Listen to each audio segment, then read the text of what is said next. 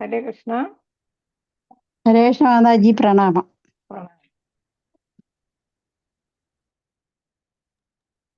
തുടങ്ങാം. അപ്പോഴത്തേക്ക് എല്ലാരും വന്നോളും. ആ ഓം നമോ ഭഗവതേ വാസുദേവായ. ഓം നമോ ഭഗവതേ വാസുദേവായ. ഓം നമോ ഭഗവതേ വാസുദേവായ. നാരായണം നമസ്കൃത്യം നരം ചൈവ നരോത്തമം ദേവീം സരസ്വതിം വ്യാസം തതോ ജയമുദീരയേത്.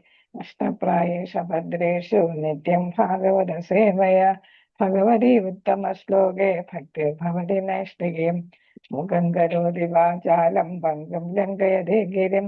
യത്കൃപാതമഹം വന്ദേ ശ്രീഗുരും ദീനതാരിണം ശ്രീചൈതന്യമീശ്വരം പരമാനന്ദമാധവം.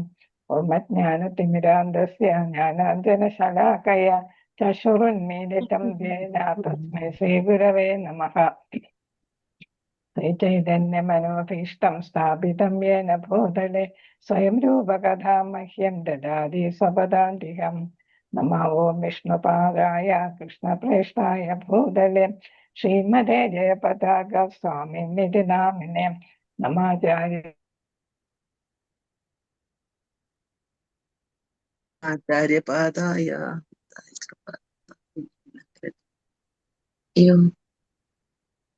ഹരേ കൃഷ്ണ.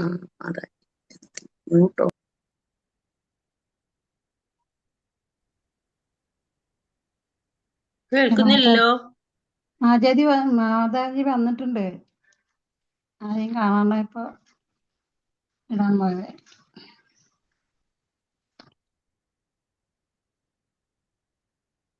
നെറ്റ് പോയോ?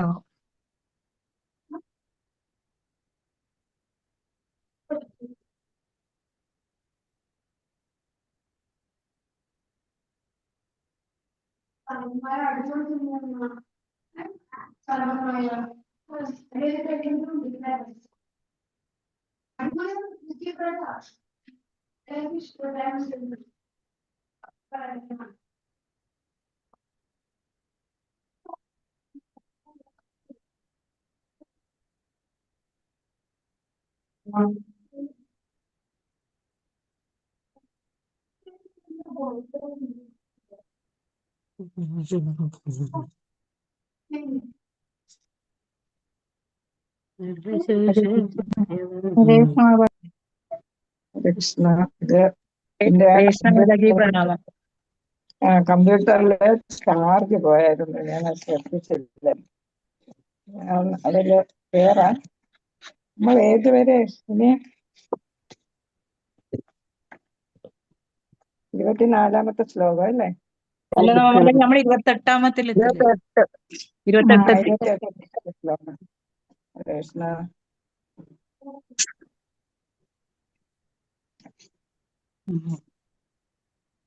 പ്രണാമം മാതാജി. കൃഷ്ണ.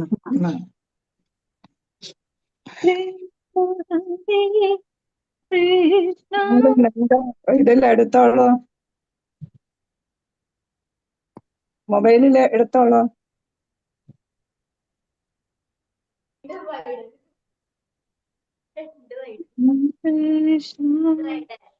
ഹരേ കൃഷ്ണ കൃഷ്ണ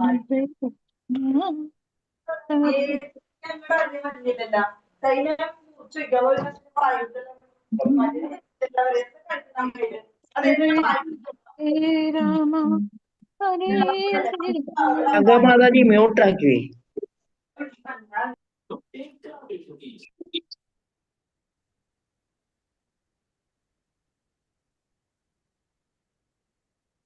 കൃഷ്ണ, ഞാനിത് വായിക്കാം. മാതാജി, എന്റെ വീഡിയോ സ്റ്റോപ്പ് ആക്കി വെച്ചിരിക്കുന്നതാണോ? ചാർജ് ഇടാൻ മറന്നു. കാണുന്നില്ലല്ലോ മാതാജി ഒന്നും. ചാർജ് ചെയ്യാൻ മറന്നു എന്നാ പറഞ്ഞത്. മാതാജി ഹോസ്റ്റ് അല്ല, അതുകൊണ്ടാ. ചാർജ് ചെയ്യാൻ മറന്നു. മാതാജി ഹാൻഡ് റൈസ് ചെയ്യേ. അല്ല, മാതാജി ഹോസ്റ്റ് അല്ല അതിനകത്തിപ്പം, അതുകൊണ്ടാ. അതാ കാണാത്തല്ലേ. മാതാജി അല്ല, മാതാജി വന്നിരുന്നു, അത് ചാർജ് ചെയ്യാൻ മറന്നു എന്നാ പറഞ്ഞ മാതാജി. ഓ, അന്നേരം ഇനി മൊബൈലിലാണ്. ആ മൊബൈല് പറഞ്ഞു. ഹരേ കൃഷ്ണ. ഹരേ കൃഷ്ണ. മാതാജിയെ പോലും കാണുന്നില്ലല്ലോ മാതാജി. വരുന്നുണ്ട്. ആ കണ്ട് കണ്ട്. മാതാജിനെ 2 സ്ഥലത്ത് കാണുന്നുണ്ട് അല്ലെ? ഞാൻ വീട്ടിൽ കയറുന്നുണ്ട്. ഒരു കാര്യം ഇന്നലെ പഠിപ്പിച്ചത് ചൊല്ലിക്കോളൂ. കാര്യമില്ലേ, നമ്മളെല്ലാം ഓഫാക്കിയത്.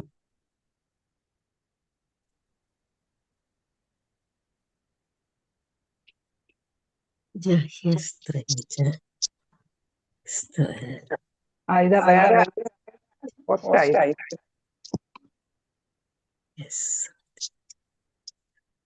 ഹരേ കൃഷ്ണ. ഷീല മാതാജി എന്നെ ഹോസ്റ്റ് ആക്കൂ. എനിക്ക് ഹോസ്റ്റ് ആകാൻ പറ്റില്ല. എനിക്ക് അങ്ങനെയൊന്നും പറഞ്ഞാ അറിയില്ല മാതാജി. ഞാൻ ചെന്നിട്ട് മാതാജി ഇതാണ്ട് ഇവിടെ ഒരു 3 ഡോട്ട് കാണും, അതിലൊന്ന് ക്ലിക്ക് ചെയ്യോ. ശരിയാ. അപ്പോഴതില് ഹോസ്റ്റ് എന്നുള്ളത് ഓപ്ഷൻ വരും. അല്ലെങ്കിൽ പാർട്ടിസിപ്പൻസ് ലിസ്റ്റിൽ പോകും. പാർട്ടിസിപ്പൻസ് ഒന്നും കിടക്കുന്നില്ലേ താഴെ. ഞാൻ ശരിയാക്കി. എനിക്കറിയില്ല ഇത്.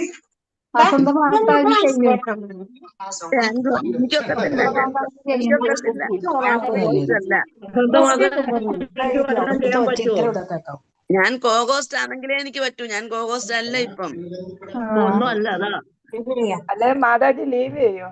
ഷീല മാതാജി ലീവ് അതന്നെ. ശീലമാതാജി ലീവ് ചെയ്യും. ഇറങ്ങിയിട്ട് പിന്നെ കേറിയാ മതി.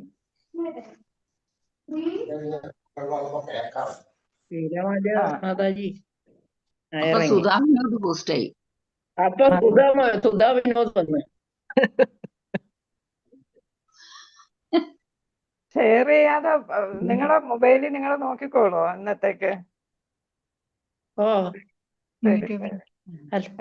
നോക്കാം മാതാജി, കുഴപ്പമില്ല. ഉള്ളത് ഞാൻ ലീവ് ചെയ്യണം മാതാജി. അപ്പൊ അടുത്ത ആള് വരും മാതാജി. ഹരേ കൃഷ്ണ. 31 വരെ ശ്ലോകം ഉണ്ട് മാതാജി. നാളെ ഇടണേ ബാലൻസ്. ഹരേ കൃഷ്ണ. നമുക്ക് തുടങ്ങാം. ഹരേ കൃഷ്ണ. ഓം നമോ ഭഗവതേ വാസുദേവായ. എല്ലാവരും അവരവരുടെ മൊബൈലിൽ നോക്കിക്കോളൂ. നഹസ്യാന്യതമം കിഞ്ചിത് അസ്ത്രം പ്രത്യവകർഷണം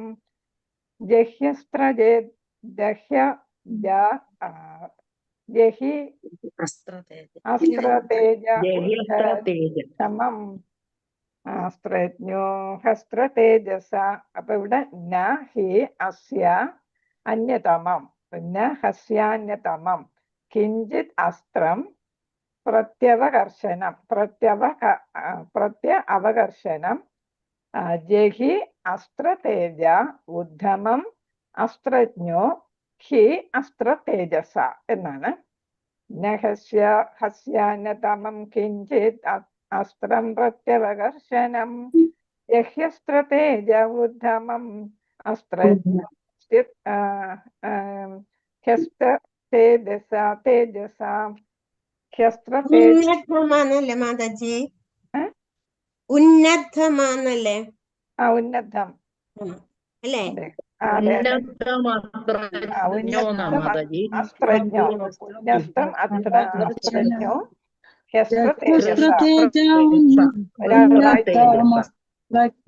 രാജേശ്വരി മാതാജി വായിച്ചു. ഹരേ കൃഷ്ണ. ഞാൻ വായിക്കട്ടെ മാതാജി. വായിച്ചോളൂ മാതാജി. ന്യാഹ്യന്യതമം കിഞ്ചിദസ്ത്രം പ്രത്യവകർഷനം ജഹ്യസ്ത്ര തേജ ഉന്നതമസ്ത്രജ്ഞോ ഹൃസ്ത തേജസ. ഹരേ കൃഷ്ണ മാതാജി.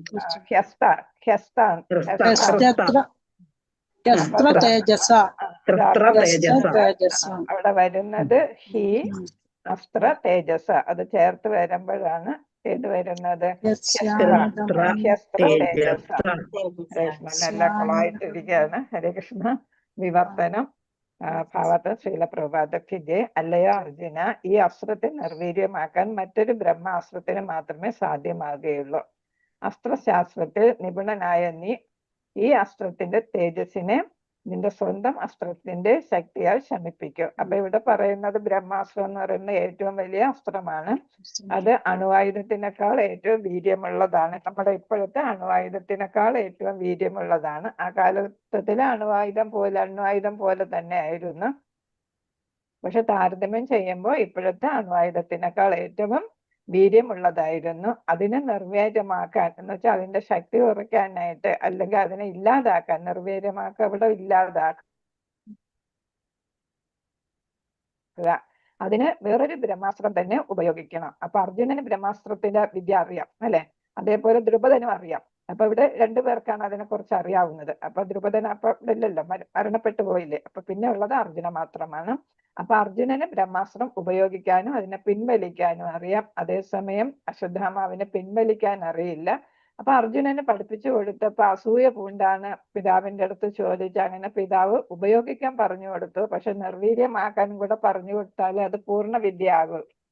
പക്ഷെ അർജുനന് പൂർണ്ണതയുണ്ട്, പക്ഷെ അശ്വത്ഥാമാവിന് പൂർണ്ണത കൈവരിക്കാൻ സാധിച്ചില്ല. അപ്പൊ ഇവിടെ ഭഗവാൻ അർജുനനോട് ആവശ്യപ്പെടുകയാണ്, ഇതിനെ നശിപ്പിക്കണമെങ്കിൽ നീ എന്ത് ചെയ്യണം, വേറൊരു ബ്രഹ്മാസ്ത്രം തന്നെ ഉപയോഗിക്കേണ്ടി വരും എന്നിവിടെ പറഞ്ഞു കൊടുക്കണം. അതിനാല് ഇതിന്റെ ശക്തി ഇല്ലാതാക്കാനായിട്ട് സാധിക്കും. ഭാവാർത്ഥത്തില് ശ്രീല പ്രഭുപാദർ പറയുന്നു, അണുവായുധത്തിന്റെ പ്രഭാവത്തെ നിർവീര്യമാക്കാൻ ആയുധമില്ല, വേറൊരു ആയുധമില്ല. അതായത് അണുവായുധമായ ഈ അസ്ത്രത്തെ നിർവീര്യമാക്കണമെങ്കിൽ അതേ അസ്ത്രം തന്നെ വേണ്ടിവരും എന്നാണ്. അതായത് ബ്രഹ്മാസ്ത്രം തന്നെ വേണ്ടിവരും. എന്നാൽ സൂക്ഷ്മമായ ശാസ്ത്രത്താൽ ബ്രഹ്മാസ്ത്രത്തിന്റെ പ്രവർത്തനങ്ങൾ നിർവീര്യമാക്കാൻ സാധ്യമാണ്.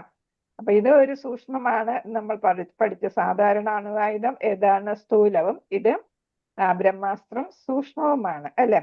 അപ്പൊ അത് സൂക്ഷ്മം എന്ന് പറയുമ്പോൾ മന്ത്രം കൊണ്ട് ഉപയോഗിക്കുന്നത്. അപ്പൊ മന്ത്രം കൊണ്ട് ഉപയോഗിക്കുന്ന വേറൊരു ശാസ്ത്രത്താൽ മാത്രമേ ഇതിനെ നിർവീര്യമാക്കാൻ സാധിക്കൂ. അക്കാലത്ത് ആയോധന കലയിൽ നിപുണരായവർ ബ്രഹ്മാസ്ത്രത്തെ പ്രതിരോധിക്കാൻ കഴിവുള്ളവരായിരുന്നു. അപ്പൊ എല്ലാവരും അല്ല, അർജുനനെ പോലെയുള്ളവർക്ക് മാത്രമേ അത് സാധിച്ചിരുന്നുള്ളൂ.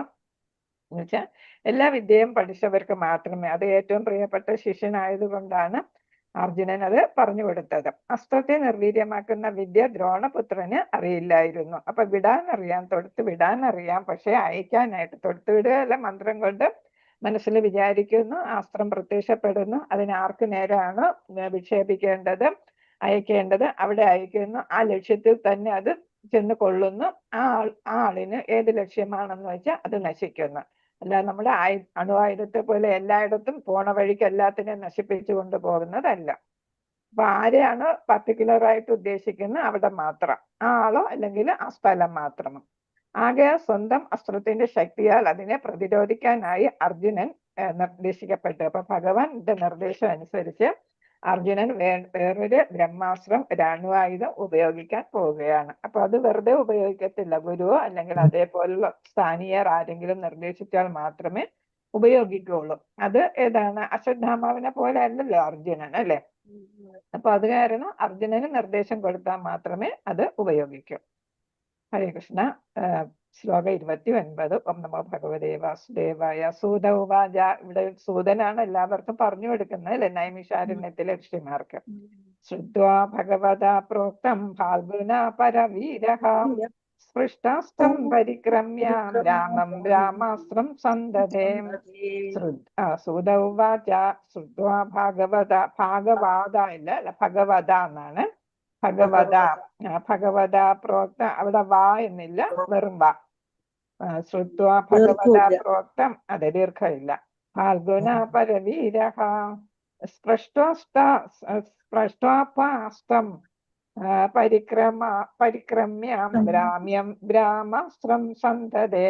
അപ്പൊ ഇവിടെ എന്താണ് സൂത ഗോസ്വാമി പറയുന്നു, ശ്രവിച്ചിട്ട്. ഹരേകൃഷ്ണ മാതാജി കാണാൻ പറ്റുന്നില്ലല്ലോ, സ്ക്രീനിൽ കാണുന്നില്ല. മാതാജി സ്ക്രീൻ ഇട്ടിട്ടില്ല. പറഞ്ഞില്ലേ, പറഞ്ഞല്ലോ. പിന്നെ അവരവരുടെ കയ്യിലുള്ള നോക്കും. ഭഗവത പരമ ദിവ്യോത്തമ പുരുഷനാൽ പ്രോക്തം പറയപ്പെട്ടത് ഫാൽഗുന, അർജുനന്റെ അപരനാമം. പരവീരഹ, പ്രതിയോഗിയെ വധിക്കുന്നവൻ. അടുത്തെന്താണ്, സ്പൃഷ്ട്വ, സ്പർശിച്ച ശേഷം, ആപ ജലം. അവിടെ അത് സ്പൃഷ്ടാപ, അസ്തം എന്നാണ് അവിടെ വരുന്നത്. അപ്പൊ സ്പൃഷ്ട എന്ന് വെച്ചാൽ സ്പർശിക്കുക അല്ലെ. ജലം നമ്മൾ അദ്ദേഹത്തെ പരിക്രമ്യ പ്രദക്ഷിണം ചെയ്യുക. ബ്രാഹ്മ്യ പരമ ദിവ്യോത്തമ പുരുഷൻ ബ്രാഹ്മാസ്ത്രം പരമമായ അസ്ത്രം സന്നദ്ധ മേൽ പ്രയോഗിച്ചു. അപ്പൊ ഇവിടെ ആരാണ്? അർജുനൻ ഭഗവാന്റെ നിർദ്ദേശപ്രകാരം നമ്മൾ എന്ത് കർമ്മം ചെയ്യാൻ പോകുമ്പോഴും എന്ത് ചെയ്യുന്ന ആ ജലം കൊണ്ട് നമ്മൾ പവിത്രമാക്കും അല്ലെ. നമ്മൾ നേരത്തെ പറഞ്ഞല്ലോ, നമ്മൾ പൂജകൾ ചെയ്യുന്നതിന് മുമ്പ് നമ്മൾ ശുദ്ധീകരിക്കും അല്ലെ. ജലം തൊട്ടിട്ട് മന്ത്രം ജപിച്ച് ശുദ്ധീകരിക്കും അല്ലെ. അപ്പൊ ഇവിടെ എന്താണ്? ജലം തൊട്ട് അതേപോലെ മന്ത്രം ഉച്ചാരണം ചെയ്ത് ശുദ്ധമാക്കിയതിന് ശേഷം, സ്വയം ശുദ്ധമാക്കിയതിന് ശേഷം എന്ത് ചെയ്യുന്നു? ഭഗവാനെ പ്രദക്ഷിണം വയ്ക്കുകയും എന്ത് ചെയ്യുന്നു? മന്ത്രം കൊണ്ട് ബ്രഹ്മാസ്ത്രത്തെ ക്ഷണിച്ചു വരുത്തുകയും അത് പ്രയോഗിക്കുകയും ചെയ്യുന്നു. വിവർത്തനം. ശ്രീല പ്രഭുപാദർക്ക് ശ്രീ സൂത ഗോസ്വാമി അരുളി ചെയ്ത് പരമദിവ്യോത്തമ പുരുഷനിൽ നിന്ന് ഇപ്രകാരം ശ്രമിച്ച അർജുനൻ ശ്രീകൃഷ്ണ ഭഗവാനെ പ്രദക്ഷിണം ചെയ്ത ശേഷം ശുദ്ധീകരണാർത്ഥം ജലത്തെ സ്പർശിച്ച് നേരത്തെയുള്ള ബ്രഹ്മാസ്ത്രത്തെ പ്രതിരോധിക്കാനായി തന്റെ ബ്രഹ്മാസ്ത്രം പ്രയോഗിച്ചു. അപ്പൊ അശ്വത്ഥാമാവിന്റെ ബ്രഹ്മാസ്ത്രം അദ്ദേഹം ഉപയോഗിച്ച് എന്താണ്? പാണ്ഡവരെയും എല്ലാം നശിപ്പിക്കുന്നതിന് വേണ്ടിയിട്ട് ഉദ്ദേശിച്ചാണ് അയച്ചതല്ലേ. അപ്പൊ കുലം തന്നെ, പാണ്ഡവ കുലം തന്നെ നശിപ്പിക്കണമെന്നാണ് അദ്ദേഹത്തിന്റെ ആഗ്രഹം. അത്ര ശത്രുതയാണ്. അപ്പൊ അതിനു വേണ്ടിയിട്ട് അയച്ച ബ്രഹ്മാസ്ത്രത്തെ ശ്രീകൃഷ്ണന്റെ പിന്നെ ഏതാണ്?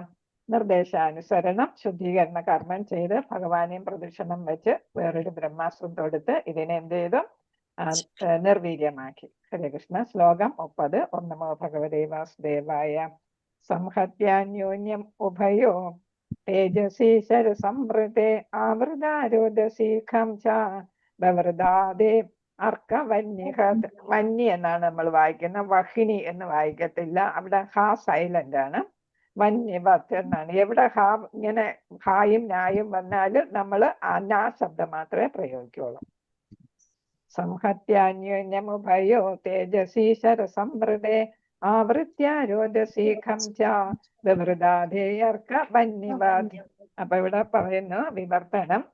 ഇരു ബ്രഹ്മ അസ്ത്രരശ്മികളും സംയോജിച്ചപ്പോൾ സൂര്യഗോളത്തിന് സമാനമായ ഒരു ബൃഹത് അഗ്നിവലയം സമ്പൂർണ്ണ ബഹിരാകാശത്തെയും ഗ്രഹങ്ങളുടെ സമ്പൂർണ്ണ നഭോമണ്ഡലത്തെയും ആവരണം ചെയ്തു. അപ്പൊ ഏറ്റവും രൂക്ഷമായിട്ടുള്ള രണ്ട് അണുവായുധങ്ങളാണ് ഏറ്റുമുട്ടുന്നത് അല്ലെ. അപ്പൊ അതിന്റെ ശക്തി ആ വിസ്ഫോടനത്തില് എന്ത് ചെയ്തു? സൂര്യൻ അല്ലെ, കത്തിജ്വലിക്കുന്ന സൂര്യനേക്കാൾ വലിയ പ്രകാശമാണ് ഇവിടെ ഉണ്ടായത്. സൂര്യഗോളത്തിന് സമാനം എന്നാണ് പറയുന്നത്. അപ്പൊ അത്രയ്ക്ക് വലിയ ഒരു പ്രകാശം ഉണ്ടാകുകയും അഗ്നിവലയം അവിടെ സൃഷ്ടിക്കപ്പെടുകയും ചെയ്തു. എന്താണ്? ബഹിരാകാശത്തെയും സമ്പൂർണ്ണ ബഹിരാകാശത്തെയും ഗ്രഹങ്ങളുടെ സമ്പൂർണ്ണ നഭോമണ്ഡലം എന്ന് പറയുന്നത് ആകാശം തന്നെയാണ്, ആവരണം ചെയ്തു. അപ്പൊ എല്ലാ ഗ്രഹങ്ങളുടെ ആകാശത്തെയും പിന്നെ ഏതാണ്? സമ്പൂർണ്ണ ബഹിരാകാശത്തെയും ഈ അഗ്നിവലയം കൊണ്ട് മൂടപ്പെട്ടു. അത്രയ്ക്ക് ഏതാണ്? വിസ്ഫോടനമാണ് ഈ രണ്ട് ബ്രഹ്മാസ്ത്രങ്ങൾ ഏറ്റുമുട്ടിയപ്പോൾ ഉണ്ടായത്. ഹരേ കൃഷ്ണ. ഭാവാർത്ഥം. ശില പ്രഭുപാദർക്ക് ജയം. വിശ്വസംഹാര വേളയിൽ സൂര്യഗോളത്തിൽ പ്രത്യക്ഷമാകുന്ന അഗ്നിക്ക് സമാനമായിരുന്നു ബ്രഹ്മാസ്ത്ര ഉജ്ജ്വലനത്താൽ സൃഷ്ടിക്കപ്പെട്ട താപം എന്ന് പറഞ്ഞാൽ ചൂട്. അപ്പം വെളിച്ചവും പിന്നെ ഏതാണ്? ചൂടും എല്ലാം അല്ലെ സൂര്യന്റെ ഗോളം പോലെ ആയിരുന്നു അത് അനുഭവപ്പെട്ടതും കാണപ്പെട്ടതും എന്നാണ് ഇവിടെ പറയുന്നത്. അപ്പൊ എന്താണ്? ലോകം നശിക്കാൻ പോകുന്ന വേളയിൽ ഉണ്ടാകുന്നത് പോലെ സൂര്യഗോളത്തിൽ പ്രത്യക്ഷമാകുന്ന അഗ്നിക്ക് സമാനമായിരുന്നു. അപ്പൊ ബ്രഹ്മാണ്ടം മുഴുവൻ നശിക്കാൻ പോകുന്ന ഒരു അവസ്ഥയില് എങ്ങനെയാണ് സൂര്യൻ അഗ്നി പോലെ ഉണ്ടാകുന്നു, അല്ലെങ്കിൽ അതിന്റെ താപം അത്രയ്ക്ക് രൂക്ഷമാകുന്നു. അതേപോലെയാണ് ഈ രണ്ട് ബ്രഹ്മാസ്ത്രം കൂടെ ഏറ്റുമുട്ടിയപ്പോൾ ഉണ്ടായ താപപ്രസരണം. താപം എന്ന് പറയുമ്പോൾ ചൂട് അല്ലെ.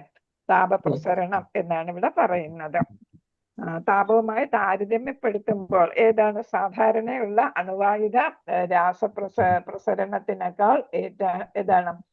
സാധാരണയുള്ള രാസപ്രസരണം ഏറ്റവും കുറവാണ്, വളരെ തുച്ഛമാണ് എന്നാണ് പറയുന്നത് ഇതുമായിട്ട് താരതമ്യം ചെയ്യുമ്പോൾ. അപ്പൊ രണ്ട് ബ്രഹ്മാസ്ത്രം ഏറ്റുമുട്ടിയപ്പോൾ ഉണ്ടായ താപപ്രസരണം സാധാരണ അണുവായുധ വിസ്ഫോടന സമയത്തുണ്ടാകുന്ന താപപ്രസരണമായിട്ട് താരതമ്യം ചെയ്യുമ്പോൾ അണുവായുധ പ്രസരണം ഏറ്റവും കുറവാണ്, നിസ്സാരമാണ് എന്നാണ് ഇവിടെ പറയുന്നത്. വളരെ നിസ്സാരമാണ്.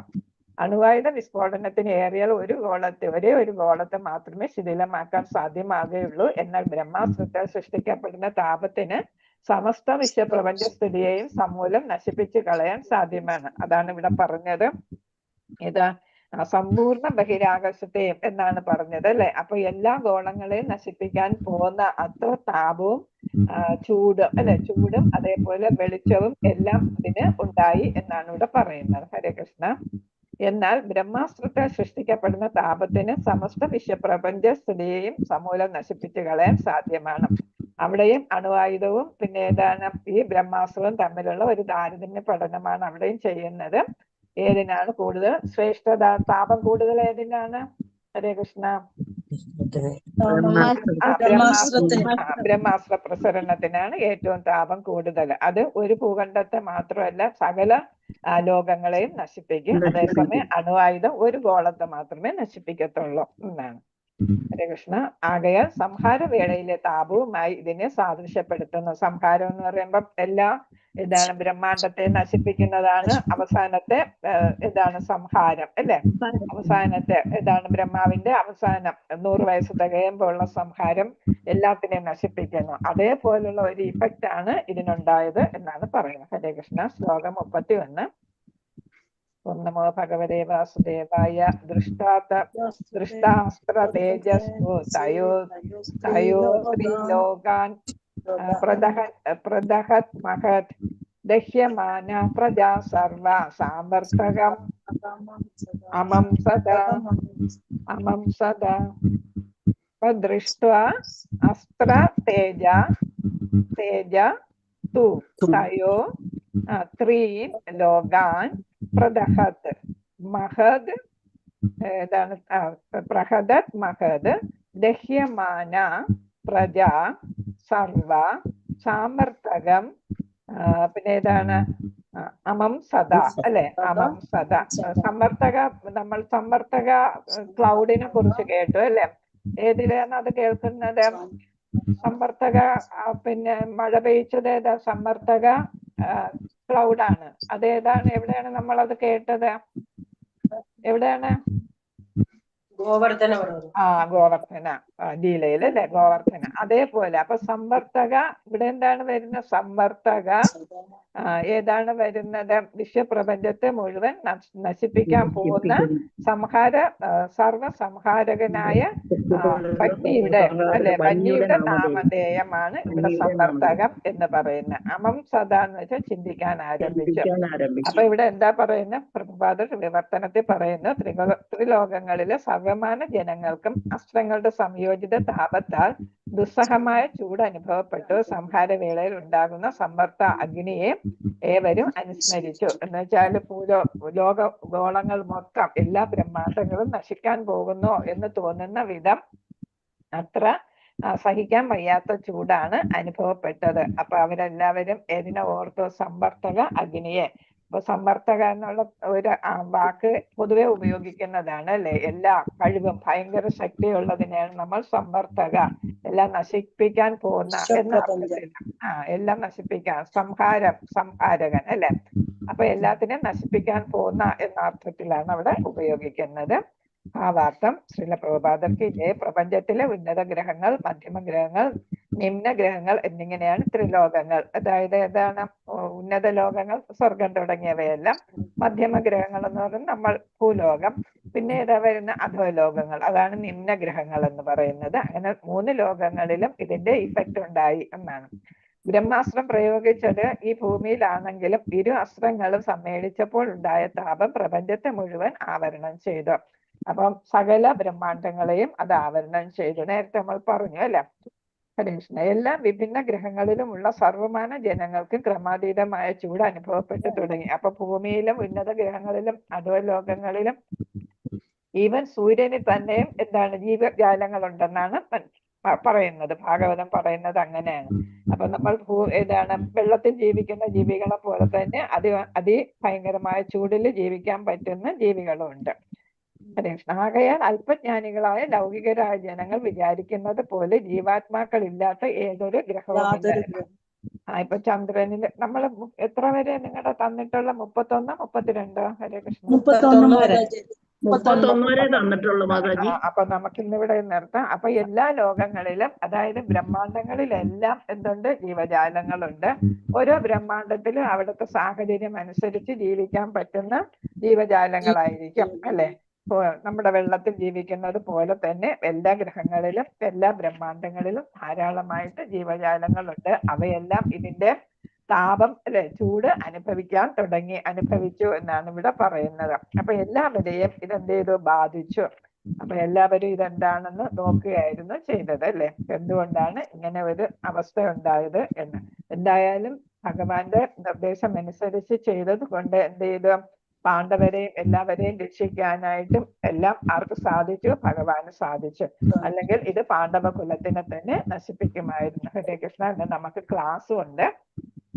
അപ്പൊ ഹരേ കൃഷ്ണ. വാചകൽപത രൂപശ്ച കൃപാസിന്ധുദേവജ പതിദാന പാവനേഭ്യോ വൈഷ്ണവേഭ്യോ നമോ നമഃ. അനന്തകോടി വൈഷ്ണവ ഭക്തവൃന്ദ കി ജയ. ശ്രീല പ്രഭുപാദ കി ജയ. ഗുരു മഹാരാജ് കി ജയ. ഗുരുദേവ ശ്രീമദ് ഹരേ കൃഷ്ണ കൃഷ്ണ കൃഷ്ണ ഹരേ ഹരേ ഹരേ രാമ ഹരേ ഹരേ. ഹരേ കൃഷ്ണ മാതാജി പ്രണാമം. ഹരേ കൃഷ്ണ മാതാജി പ്രണാമം. മാതാജി മാതാജി പ്രണാമം. പ്രണാമം മാതാജി. ഹരേ കൃഷ്ണ മാതാജി പ്രണാമം. മാതാജി. ഇന്ന് ക്ലാസ് ശരിയായില്ല. എല്ലാം കൊണ്ടും നിങ്ങൾ സഹകരിച്ചു. ഇവിടെ യൂട്യൂബ് കിടക്കുന്നുണ്ടല്ലോ. ഹരേ കൃഷ്ണ. ഷെയർ യൂട്യൂബ് കിടക്കുന്ന മാതാജി. ഷെയർ വന്നിട്ടുണ്ടോ?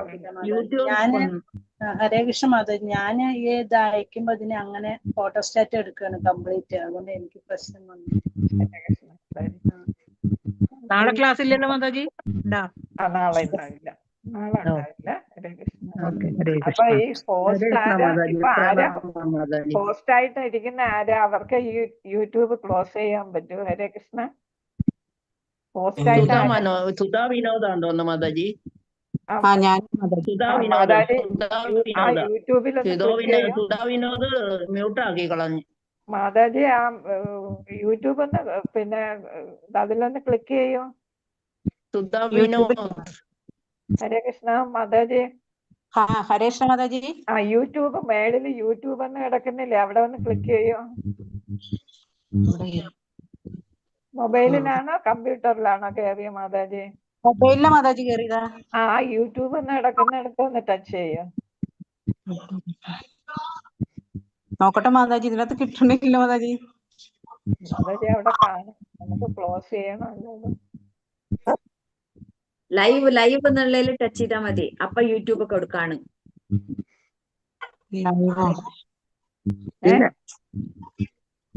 അത് അവർക്ക് അറിഞ്ഞൂടാ. മാതാജി എന്നെ ഹോസ്റ്റ് ആക്കാൻ പറ്റുമോ മാതാജിക്ക്? അത് പറഞ്ഞോട് മാതാജി. സുധാ മാതാജി പിന്നെ മ്യൂട്ടായി. സുധാ മാതാജി. സുധാ മാതാജി. സുധാമാതാജി കേൾക്കുന്നില്ല. ഞാൻ മാറി നോക്കാം. ശരിയാവത്തില്ല. ശരിയാവത്തില്ല. സുധയാണ് ഹോസ്റ്റ് ആയിട്ട് കിടക്കുന്നത്. ഇവിടെ എവിടെയാ മാതാജി? എനിക്ക് കിട്ടണില്ല. മാതാജി ഹോസ്റ്റ് ആക്ക്. മാതാജി വിരജ മാതാജി ഹോസ്റ്റ് ആക്ക്. ഗിരിജ മാതാജിയോ? മാതാജി ഗിരിജകുമാരി വിരിജ മാതാജി അല്ലേ? മാതാജി ഇതിനകത്ത്. അതെ മാതാജി പറഞ്ഞു കൊടുക്കുക. പാർട്ടിസിപ്പൻസിനകത്ത് തൊടുമ്പോഴേ പാർട്ടിസിപ്പൻസിനകത്ത് വിരജാദേവി അതിനകത്ത് തൊടണം.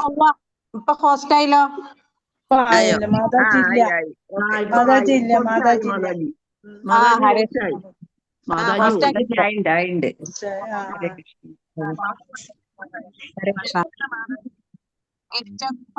മാതാജി ഗിരിജ മുരളീധരൻ പ്രഭു ആനയാക്കിയോ?